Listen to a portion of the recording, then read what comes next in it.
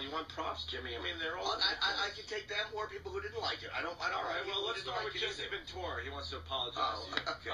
Jesse. Good morning, gentlemen. Good morning, Jesse. I just wanted to call and apologize for my abrupt departure yesterday and say to Mr. Norden, I do believe you are an actual patriot, Jimmy. I just obviously had some disagreements with what you were saying to me yesterday and in the manner in which you said it to me.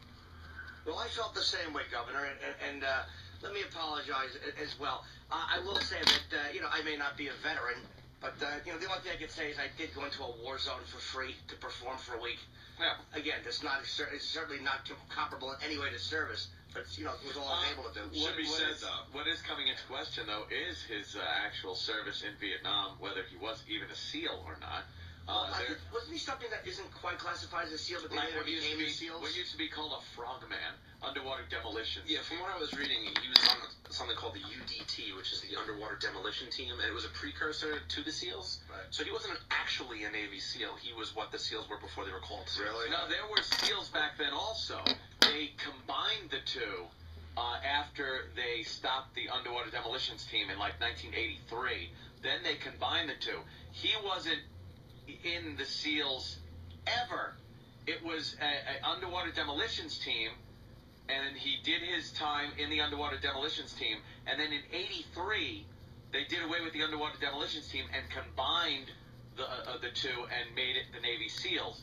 So, but there were SEALs, and there were SEALs in Vietnam, and there were Underwater Demolitions Team that he was part of, but there's also no real evidence of him in Vietnam. Apparently, he was in the Philippines. Did we know this during yesterday? this time. No. Apparently, he was in the Philippines at this time, playing basketball and hanging out at the base in the Philippines. Well, I asked him yesterday. Yeah. He said nothing. This was brought up at certain points, and his spokesperson has always said, kind of skirted it and said he's done his duty. This doesn't even merit an answer. He did his time. He was in. It was during Vietnam, the tail end of Vietnam. But as far as being there and being in some kind of combat, that's up for debate, apparently. Let's say hi to Randy in Missouri. Randy! You tuning, son of a bitch? You guys keep saying this was a debate. Jimmy attacked him from the minute he walked on the air, never gave him a chance, and it was never an interview. Jimmy just started attacking just like he did the last time he was on. That's all right. He's not scared of him. But that's not about proving anything, dude. When I'm having an argument with somebody, it's not about. I don't expect when two guys are having a debate on the air for it to be a scared or not scared thing any more than I would if it was a woman whose ass I could kick. You have to realize this guy says. That's what it came off as, though. Well, Brad, I'm telling you what it was. I'm the guy. If it came off like that, you misinterpreted it because that's not what it was. I'm explaining to you what it was. I'm the person. I'm the guy. And you're saying it sounded like that. I'm going, well, that's not what it was. He's a guy, like I said with that JFK thing, he gets very when you're sitting next to him, he's much more confrontational than you think. And when you're heckled as a comic, you kind of read somebody's energy real quick. And it's like when you're sitting next to somebody, you read their energy as well. And he has a very dominating energy. And like when you try to be polite and go, well, I don't know about that. Oh, yeah, well, you just don't know. That's the type of guy he is. So the only way to have any type of back and forth is to be confrontational. Or just to agree with him. He doesn't want to listen to other opinions on You stuff. were ready to do it the minute he walked on. It was like he was going to hawk his stuff, and then I was like, you just started attacking him just like you did the first, the last time you and him got into it, I agreed with, but it seemed like, it made good radio, and I agree with that, but it just seemed like y'all didn't even give him a chance to get started. But Randy, don't forget, you're thinking 2 times ago, because we had an argument when he was at K-Rock, and then he came on again, on this side, we were here at Sirius. We were surprised that he came back. And we had a really nice time. Yeah. There was no confrontation whatsoever. So it was like, I was not looking for that because we had the post-confrontation interview, and we had a great time with him last time he was here. Yeah. So it was not about that. Jimmy didn't have an agenda when Jesse walked in, Randy. I can tell you that much. I was just wondering if Kenny was close enough to pull him off if he snapped your neck up. I was hoping he didn't do it. I know it had to be in your mind because he was a big scary dude. He was a seal or a frog, and, he did learn to kill a guy with his thumbnail. Dude, he could punch me through the wall. It's not...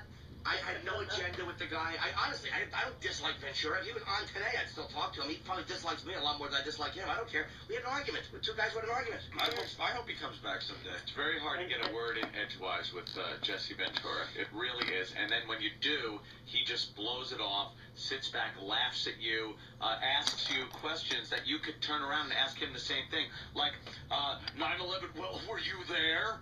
And then you go, no, were you? Well, I've seen reports, and then he goes on and talks about that. You're like, well, wait a minute. I could do the same criticizing to you. And it was like when there was a point where I asked him, we had a nice time where I was like, what do you think about Afghanistan? And he goes, well, I don't. And I'm like, no, I'm not being sarcastic. Like, what do you think's the right answer? I don't know. And he admitted he didn't know. You tell me. It's like, you know what I mean? It's like, it's hard to have like a moment where you go, look, man, I would really like to know your opinion. Where does one buy a jacket like that? That's cool. That looks like polished aircraft aluminum. It does. Like propellers used to have that same pattern on them. It looks like that Michael Jackson book did well for you. That's pretty good. You've upgraded your wardrobe. Over 1 million copies sold. It's all because of this show. Really, I want to we know that. No, really, I want to thank you guys from the bottom of my heart. I love Michael Jackson. I love this guy, man. Jimmy Norton. No, really. You like Jimmy Norton? I've been telling everyone. I was telling people in Norway. This is the only motherfucker I've met in radio who, I say, this guy knows his shit inside out. And I love the fact yesterday about Ventura. If I was here with Ventura, Once you talk into I would have slammed him right over this table. I have shit on Jesse Ventura that would make your penises go through the ceiling. Really? I'm not kidding you, because I used to cover the wrestling scene. Yeah? And these guys used to have hoes waiting for them right outside the arena. And I don't care, governor or whatever he calls himself, but I got to take my hat off to this guy for body slamming Ventura yesterday because, really, that guy's gotten away with being the biggest dope in America.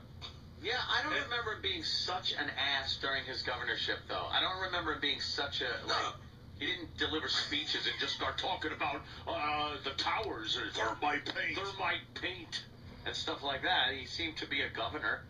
He governed. And then, he does these interviews now, and you're like, this guy's a lunatic. I want to bring this guy to Canada and just make him a bomb there, like a rock star. Ian Albert, it's called Brangelina. I'll say this about Ian, man. You were on time with Michael Jackson's book. You have a ballsy dude. He says, you hear celebrity books are usually very soft. He comes right out and goes, no, she tried to have herself fucking killed. Yeah. It's like, I'll say that. Exactly. If you want to read stuff that is explosive, I admire you for that. Look, when my body's found in the Hudson, I've willed it all to this show. Oh, no. The first time Ian was on, we had an argument, and then he was willing to come back 2 days later. I love a guy like that. See, Ventura's a wimp, because this guy knows his shit, man. Like, I've been telling everybody around the world, they've seen this video on YouTube. I said, look, this guy knew his shit, and I'm not going to argue with him. He took me on, and that's cool. We shook hands after. Yeah. That's good radio. We actually love you now. But, We didn't like you at first. Look, Ventura, come back anytime. I hope Ventura is listening to this today, because I would like, me and Jim, I'm challenging Ventura. I will rent out Madison Square Garden myself, and the two of us going against Ventura. Oh, that's tag team. I'm willing to do it. Two corpses. You'll find two bloody raped men and Jesse babbling into the microphone. Conspiracy. Yeah. And let me tell you, Ventura will be back on this show when his book comes out in April. I'm not doubt about it. He already said no, but I guarantee. He'll be back here in a heartbeat. He's got to sell books. This is the place to be, right, Ian? It is the place to be. Opie and Anthony, thank you for having me.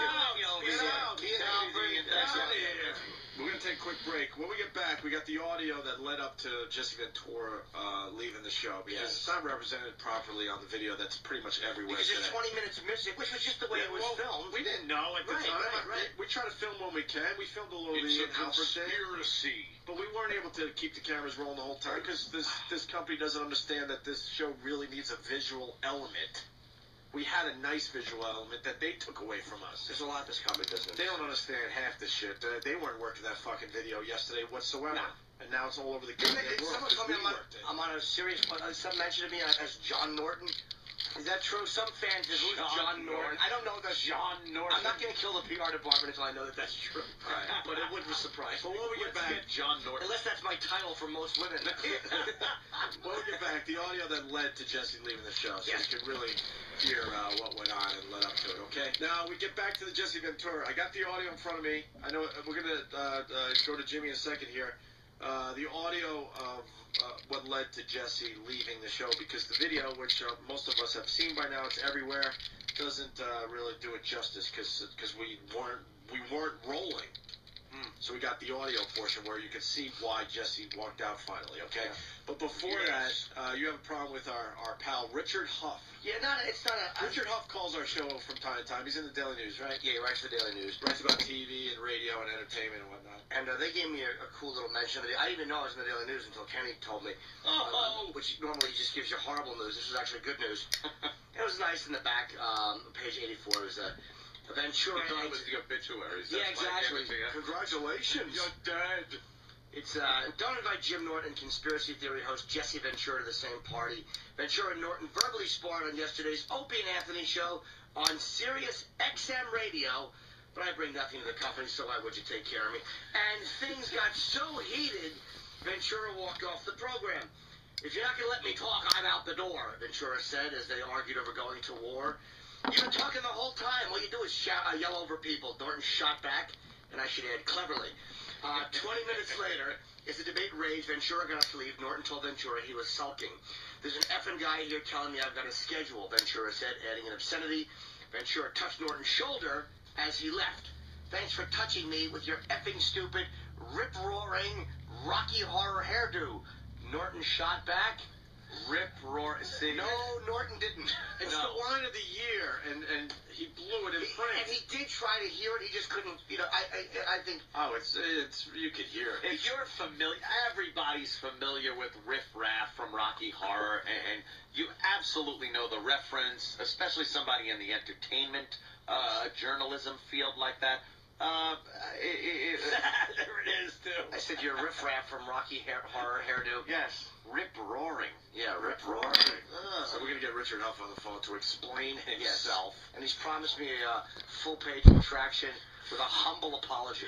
Humble being the key word. I think you're pushing the Tiger Woods off the front page so they can As it should be. Finally. No one cares about Ellen. They just quoted me. Hey, why don't we play the audio? So this is what led to Jesse leaving. And I have to run out and come right back. It's everything to do. Oh, you do? Okay, that's fine. You don't know the audio. All right. Here it is. This is what led to Jesse I remember doing the time warp. Jimmy, it's just a jump to the left.